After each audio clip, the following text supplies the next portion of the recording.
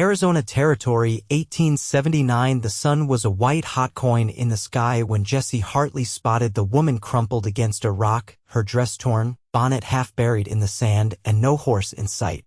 He pulled the reins, bringing his gelding to a halt. "Damn," he muttered, swinging down and rushing toward her. Her skin was burned red at the cheeks, lips cracked, and her hands trembled as she tried to lift her head. "You alive?" he asked, kneeling beside her. She blinked at him, dazed. "Water." Her voice was barely a breath. Jesse uncorked his canteen and held it to her lips. She drank in greedy gulps, then coughed, the kind that rattled the lungs. He steadied her with a hand behind her back. "What in God's name are you doing out here alone?" he asked. She didn't answer. Her gaze drifted to the horizon like she was waiting for someone else to appear. He looked around. No wagon, no horse, no tracks but his own. "You got left?" Her thin fingers gripped the canteen. "He left me. Said I was not what he ordered." Jesse's jaw clenched. "Mail order?" She nodded. He sat back on his heels, trying to make sense of it. She looked young, maybe 23 or 24.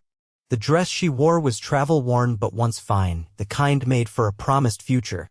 Her boots were cracked at the sides. Not made for walking miles in the desert. "What's your name?" he asked. She hesitated, then said, "Clara." "Clara what?" "Clara Tilden." He studied her for a moment. There was something in the way she held herself, shoulders drawn up too tight, like she was used to watching every word that came out of her mouth. "All right, Clara Tilden. I'm Jesse Hartley.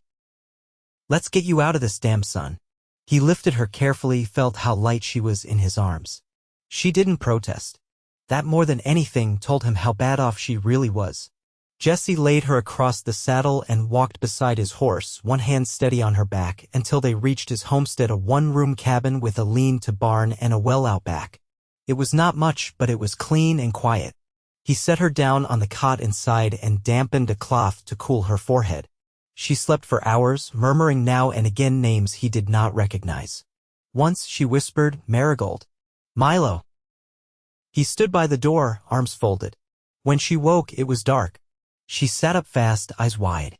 "It's all right," Jesse said softly. "You're at my place. No one's gonna touch you." She looked around the room. "Why did you bring me here?" "Because leaving someone to die in the sand is wrong." Her hands clutched the blanket. "You don't know who I am. I know you were abandoned. That's enough." She looked down at her lap. "He said I lied in my letter. That I tricked him." "You." "I told the truth," she said, her voice shaking. "But not all of it." He knelt beside the cot. "What did you leave out?" Clara swallowed. "I have 2 children. A son and a daughter. They are in New Mexico with the woman who raised me." Jesse drew in a sharp breath. "He left you out here. Because you have children?" She nodded. "He said no man would take on a woman with baggage." Jesse stood, jaw tight. "That man is a coward." Clara's eyes filled. "I did not want to lie. I just wanted a good life for them. For us. You thought someone would understand. I hoped." "Well," Jesse said with a quiet breath, "you are not going back out there. You can stay here, get your strength back. After that, we will figure out what comes next." Clara looked up at him, searching his face. "You do not have to keep me." "I know." His gaze held hers. "But I want to." Over the next few days, Clara gained color in her cheeks. She helped with the garden, gathered eggs from the hens, and swept the dust from the floor even when he told her she did not have to. One morning, she handed him a plate of cornbread and beans. "You are kind," she said. "But kindness does not last." Jesse leaned back in his chair. "What happened to their father?" Her hands stilled on the table. "Died in a fire. He was a blacksmith." The shop caught unexpectedly. "I was pregnant with Milo." Marigold was barely walking. "You were alone." "I still am." He looked at her, really looked. There was steel beneath her softness. "Not anymore." She blinked fast but nodded. That night, she stepped out onto the porch after dinner, wrapping a shawl around her. Jesse joined her. "The stars are clearer here than back east," she said. "You miss it?" "No. I miss my children." He nodded. "How old are they?" "Marigold is 6. Milo is 4. "You want them here?" "More than anything." He ran a hand down his face. "Then we will go get them." She turned to him, stunned. You would do that?" "Why the hell not? If they are yours, they matter." And if they matter to you, they matter to me. Clara stepped back a little, her voice unsteady. Why are you doing this? Jesse looked her straight in the eye. Because I want to. Because I do not think love is something you earn by being perfect. I think it comes when it is meant to. She stared at him and something inside her cracked. She reached for his hand. He took it. The wind brushed across the porch, warm and dry, and for the first time since he found her, Clara smiled. Not forced. Not polite. But real.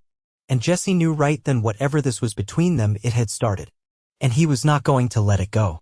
By the time the sun crested the eastern ridge the next morning, Jesse had already saddled the horse and packed supplies, flour, salt, dried venison, and a wrapped tin of lard. Clara came outside just as he was tightening the last strap. I can ride, she said, her hands folded under her apron. He didn't question her. Instead, he nodded toward the second saddle he'd found in the barn's storage loft, too narrow for his frame but just right for her. Then we leave at first light tomorrow. Clara stepped down from the porch slowly, watching the morning fog lift from the ridgeline. It's a week's ride to the farm. Just east of Las Cruces, past the cottonwoods. You remember the way? I remember every stone on that road. Jesse adjusted the saddle horn, not looking at her. We'll bring Em back with us. Both of them. You don't even know them. I will. That night, Clara didn't sleep in the cot. She lay on a bed of quilts near the hearth, her body angled toward the flames. Jesse didn't ask why. He just made sure the fire stayed high and the embers didn't die out. When dawn came again, they rode out together, her skirts tucked tight around the saddle horn, her chin lifted even as the wind kicked dust into her eyes. They traveled quiet, taking the old mail trail south, avoiding the main road where stagecoaches passed. The silence between them wasn't uncomfortable. It was the kind that settled between two people learning how to share space without pressing against it. 3 days in, they stopped near a dry arroyo where cottonwoods clung to the earth like stubborn ghosts. Clara peeled a strip of jerky and handed it to him. Did you ever marry? No, why not? Didn't fit right? Too restless. He shrugged. Didn't find someone I could sit quiet with. Clara chewed slowly, watching a pair of ravens glide above the ridge. I used to think love meant being spoken for. Letters and promises. Now I think it means being left alone when you need to breathe. Jesse nodded once. And not being left behind. They rode another 2 days without trouble. On the 6th morning, as they crested the shallow rise outside Las Cruces, Clara's breath caught. There, she said, pointing to a squat adobe house with a lean-to shed and laundry strung tight between posts. A narrow woman in a dark apron stood at the doorway, arms crossed. 2 children sat beneath the shade of a mesquite tree, threading something into a loop of twine. Clara dismounted before the horse stopped moving. She ran. The woman stepped forward, her face unreadable until Clara dropped to her knees in front of the children. Marigold, she whispered. Milo. The girl, hair in 2 uneven braids, stared for a heartbeat. Then she flung herself forward, arms around her mother's neck. Milo followed, slower, his thumb still tucked in his mouth. Clara pulled both of them close, rocking back and forth on her heels. Jesse stayed by the horse, watching the woman in the doorway. She eyed him, then turned toward Clara. You're late, the woman said. I know, Clara answered, rising, her arms still around the children. I didn't expect to come back with someone. The woman's gaze flicked to Jesse again. He yours? No, Clara said. Then, after a pause, not yet. The woman gave a short nod. They've been fed. Bathed most days. Marigold started reading. Clara's eyes filled, but she didn't cry. Thank you, Lorna. You're not staying here. No, you got land?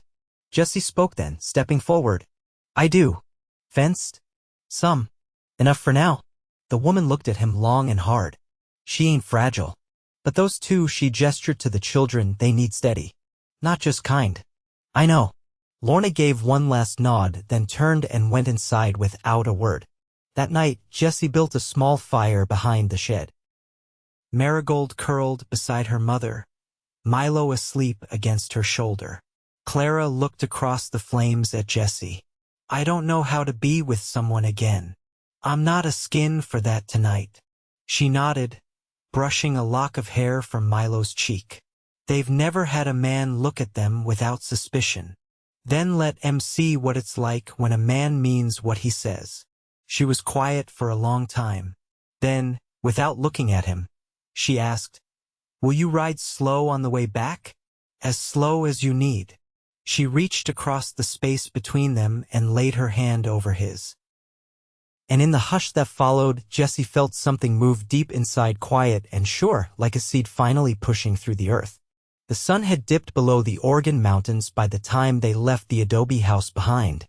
Milo rode in front of Clara, his head resting beneath her chin, while Marigold sat behind Jesse, arms wrapped tight around his middle, quiet save for the occasional hum under her breath. They made camp just after dusk, where a narrow stream wound between scrub willow and dry-rooted sycamore. Jesse built the fire low, more for warmth than light. Clara laid out a blanket for the children and tucked them in using the shawl Lorna had pressed into her hands without a word. When Marigold's breathing slowed against the hush of night, Clara walked toward the creek where Jesse stood, his boots sunk into the damp soil. "She asked if you were my husband," Clara said, her voice quiet as the water. "What did you tell her?" "That I didn't know yet." Jesse crouched near the bank, dipping a tin cup into the shallows. "Fair answer. She's wary of men. Always has been." "Milo's too young to remember much, but Marigold, she saw things I wish she hadn't." "Like what?" Clara sat on a flat stone, knees drawn up. "Milo's father drank. When he got mean, he'd smash things. Once he threw a horseshoe through the wall. Missed my head by inches." Jesse looked up from the cup. "Did he ever touch her?" "No. Just me." "But she saw. That was damage enough." He handed her the cup. She took it without looking at him. "I stayed longer than I should have," she said. "I told myself I was protecting them. Truth was, I didn't believe I could do better." Jesse sat beside her. "What changed?" "I left after the fire. Folks thought it was an accident, but I knew. He kept lamp oil near the stove. Always said he'd end it on his terms. I think he did." Jesse said nothing. "I didn't mourn him," Clara said. "But I mourned the life I thought I'd have. The one I kept telling myself would get better if I was just patient enough." Jesse tossed a pebble into the stream. "You're not that woman anymore." "No," she looked up at the stars, her voice steadier now. "I'm not." He didn't reach for her, only met her eyes. "You ever think about marrying again?" "I used to think I'd never trust a man's hands again. But then you carried me off that sand like I weighed something." "You do." "I know," she said softly. "Now I do." They sat in stillness for a while. The fire behind them crackled faintly, and an owl let out a low call from somewhere across the water. Jesse turned his head toward her. "When we get back, I can build a second room on the cabin. Give them a space of their own." Clara blinked. "You've already thought that far ahead?" "I've had time to think. And if I said I wasn't ready yet, I'd wait." She smiled, a small one, but it reached her eyes. "I don't want to be kept. I want to be chosen." "I'm not looking for someone to keep," Jesse said. "I'm looking for someone to build something with." Her hand drifted to his, fingers brushing the back of his knuckles. "You don't ask for much. I ask for the right things." She looked back toward the fire. "If I say yes, it won't be all at once. I'll still flinch sometimes, and Marigold might cry if you raise your voice too loud." He nodded. "Then I'll learn to speak softer."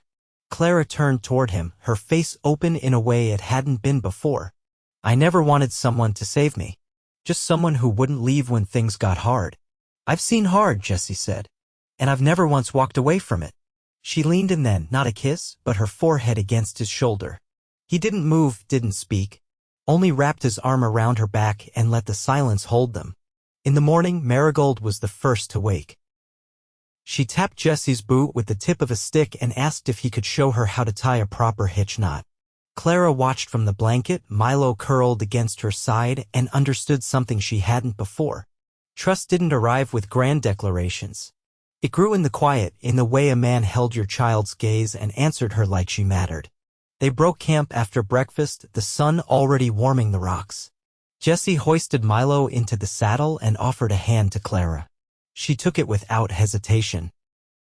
They crossed into the Arizona territory again beneath a sky thick with drifting clouds, the kind that held back rain but promised none. Jesse rode ahead, his rifle tied across the saddle horn, eyes scanning the land with practiced ease. Behind him, Clara kept a steady hold on the reins, Milo tucked against her front, his thumb no longer in his mouth but curled in the fabric of her sleeve. Marigold rode with more confidence now. She'd asked to ride alone, so Jesse had given her his smaller pack mule tethered close to his saddle. She didn't speak much, but she watched everything, her gaze sharp, like she was trying to memorize the shape of safety. By the time they reached the rim of Hartley land, Clara's eyes had gone quiet. She sat straighter in the saddle, but Jesse noticed the way her fingers flexed now and then, like she was working out a thought she hadn't spoken yet. As they passed the first split rail fence, she said, "What would you have done if I'd said no? To bringing them? To all of it?" Jesse didn't turn in the saddle. "Would have let you go. But I'd have hated it." She didn't respond, but he heard her breath catch and steady again. They reached the cabin near dusk. The garden rose had dried in their absence, and the chickens had scattered beneath the shade of the lean-to, but the roof held and the well rope hadn't frayed. Jesse dismounted and lifted Milo down first.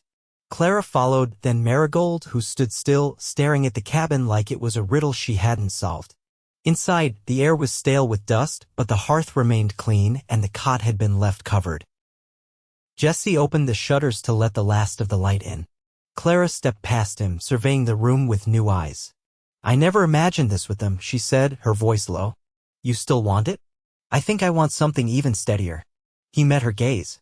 "Then we build it." That night, Jesse unpacked the flour and rendered fat. Clara rolled biscuits with Marigold watching close. Milo fell asleep on a folded quilt near the fire, his hand curled around a wooden spoon he refused to let go of. When the biscuits browned and the beans simmered down, Clara poured water into a tin cup and set it beside Jesse's plate. "I saw your books on the shelf," she said. "You read?" "When there's time." "What kind?"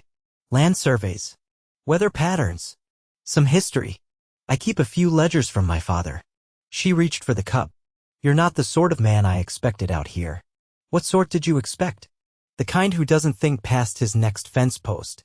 He took a bite of biscuit, chewed slow. "I've seen what happens when a man builds a life without knowing why he's building it." She didn't ask more.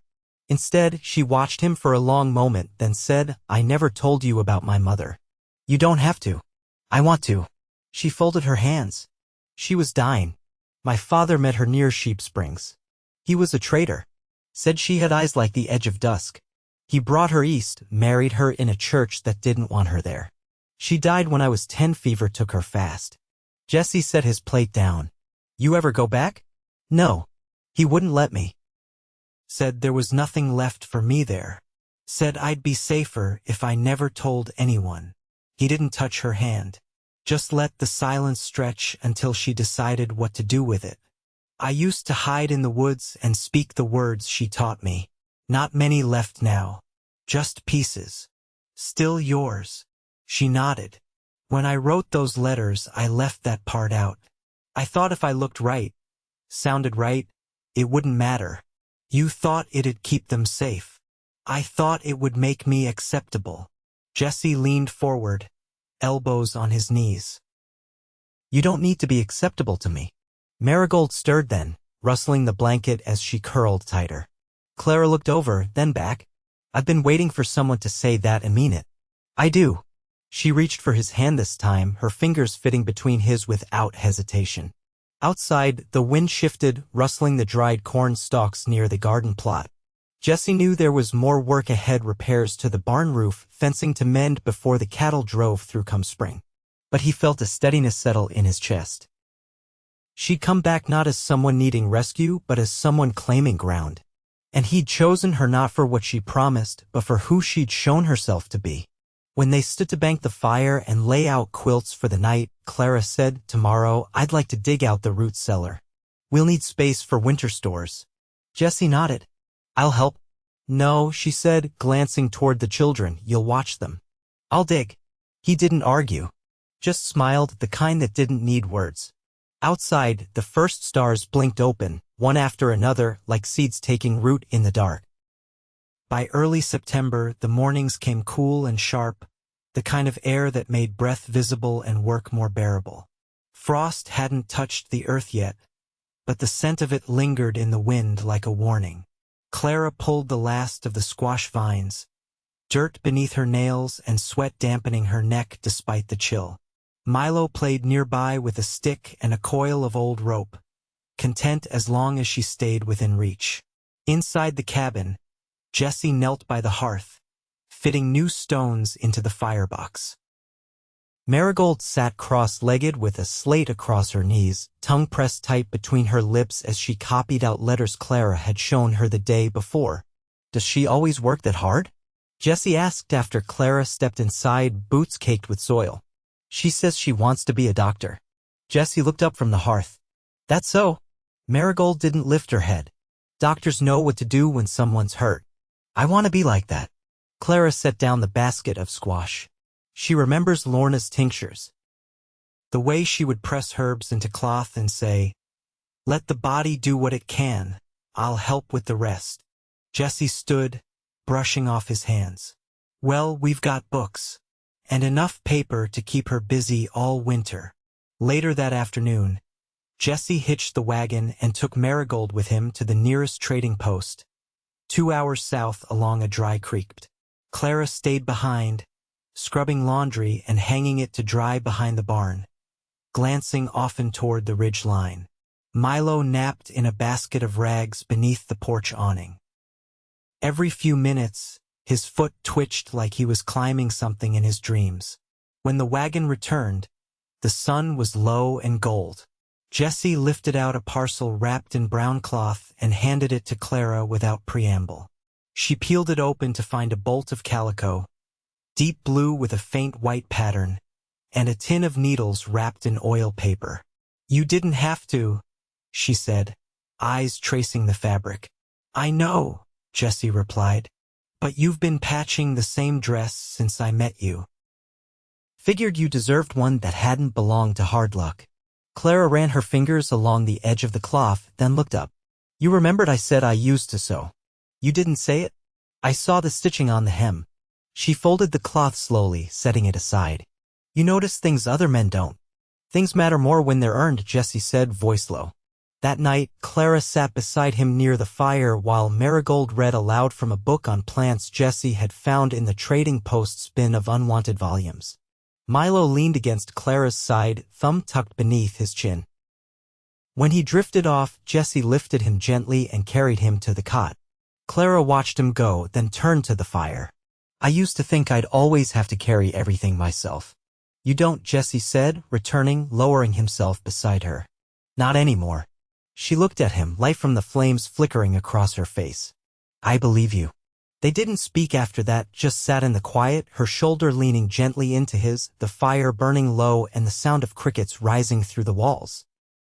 By the third week of October, Jesse had added a second room to the cabin, a space with its own window, where Clara laid out quilts she'd stitched herself and arranged the children's few belongings with care. Marigold placed her drawing of a pine tree above the window.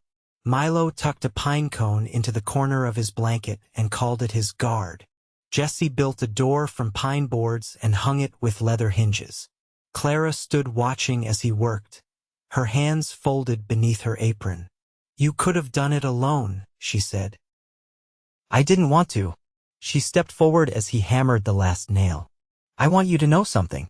He wiped his hands on a cloth and looked at her. "I didn't believe in second chances." "Not really." She paused. "But this place, this life, it feels like one." Jesse reached out, brushed a strand of hair from her cheek. "It's not a second chance. It's just the right one." She raised her face to his, and this time there was no hesitation. When she kissed him, it was slow and certain, like a promise spoken without words. Later, after the children had gone to sleep in their new room, Clara sat beside Jesse on the porch, wrapped in a shawl, her bare feet tucked beneath her. He passed her a mug of warm cider. "I always thought love was supposed to be thunder and heat," she said. He looked toward the stars. "Sometimes it's just knowing someone will be there when the roof leaks." She laughed, quiet and steady, and leaned her head against his shoulder. They married 2 weeks before the first snow. No preacher came. Clara braided her hair and wore the dress she'd made from the calico Jesse brought her. Marigold scattered dry leaves in front of the door, and Milo clapped when Jesse placed a simple iron band on Clara's finger, forged from a spare horseshoe.